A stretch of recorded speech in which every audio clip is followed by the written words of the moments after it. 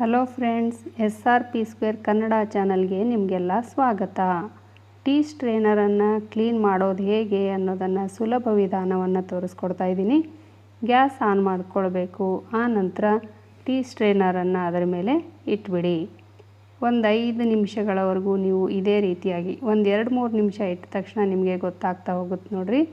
ಈ ರೀತಿಯಾಗಿ ಮೊದಲಿಗೆ ಸ್ವಲ್ಪ ಹೈ ಫ್ಲೇಮಲ್ಲಿಡ್ರಿ. ಆ ನಂತರ ಸಣ್ಣ ಉರಿಯನ್ನು ಇಟ್ಟು ಇದೇ ರೀತಿ ಅದರ ಮೇಲೆ ಇಡಬೇಕು. ಈಗ ಅದು ಹೊಗೆ ನೋಡಿರಿ ಯಾವ ಥರ ಬರ್ತಾ ಇದೆ ಅಂಥೇಳಿ.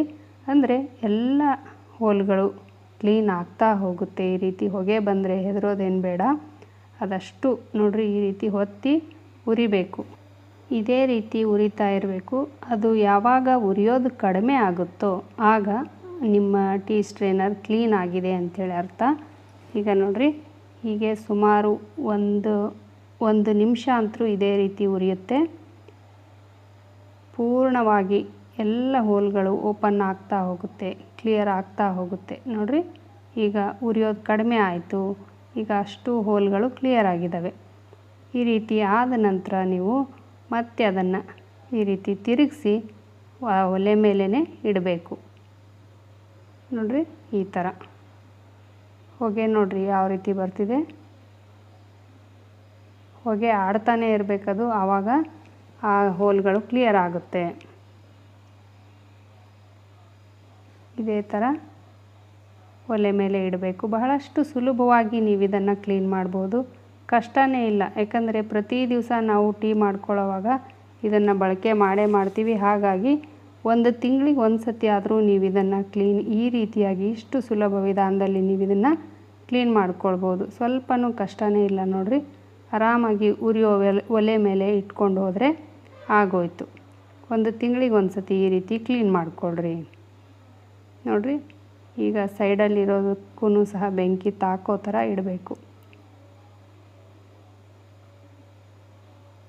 ಈ ರೀತಿಯಾಗಿ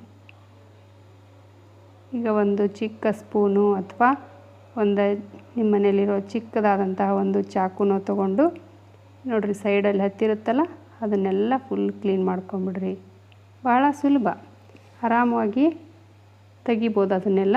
ನೋಡಿರಿ ಈ ಥರ ಸೈಡಲ್ಲಿ ಹತ್ತಿರೋ ಅಷ್ಟು ಟೀ ಪೌಡ್ರ್ ಹತ್ತಿರುತ್ತೆ, ಅದನ್ನೆಲ್ಲ ಕ್ಲೀನ್ ಮಾಡ್ಕೊಳ್ಬೇಕು. ಈ ರೀತಿಯಾಗಿ ಉಜ್ಜಿ ಕ್ಲೀನ್ ಮಾಡಿರಿ. ಪೌಡ್ರ್ ಕಾಣಿಸ್ತಾ ಇದೆ ನೋಡಿರಿ ಆ ರೀತಿ. ಈಗ ಬಿಸಿ ಇದ್ದಾಗಲೇ ನೀವು ಸಿಂಕಲ್ಲಿ ಅದನ್ನು ಸ್ವಲ್ಪ ಸೋಪನ್ನು ಹಚ್ಚಿ ಕ್ಲೀನಾಗಿ ನೋಡಿರಿ ಈ ಥರ ಸ್ಟೀಲ್ ಜುಟ್ಟಿರುತ್ತಲ್ಲ ಇದನ್ನು ತಗೊಂಡು ಚೆನ್ನಾಗಿ ಉಜ್ಜಬೇಕು. ಇಷ್ಟೇ.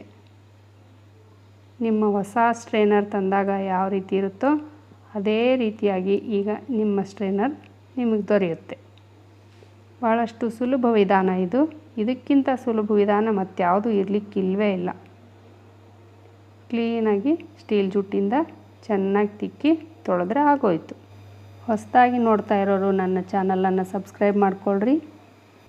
ಇಷ್ಟೇ ನೋಡಿರಿ. ಇವಾಗ ನಿಮಗೆ ಆ ಹೋಲ್ ಯಾವ ರೀತಿ ಕ್ಲಿಯರ್ ಆಗಿದೆ ಅಂತೇಳಿ ತೋರಿಸ್ತೇನೆ ನೋಡಿರಿ. ಹೌದಾ, ಸಂಪೂರ್ಣವಾಗಿ ಕ್ಲೀನ್ ಆಗಿದೆ ನೋಡಿರಿ. ವಿಡಿಯೋ ಇಷ್ಟ ಆಗಿದ್ದರೆ ಒಂದು ಲೈಕ್ ಕೊಡೋದ್ರ ಜೊತೆಗೆ ಹೆಚ್ಚು ಜನರಿಗೆ ಶೇರ್ ಮಾಡಿರಿ. ಧನ್ಯವಾದಗಳು.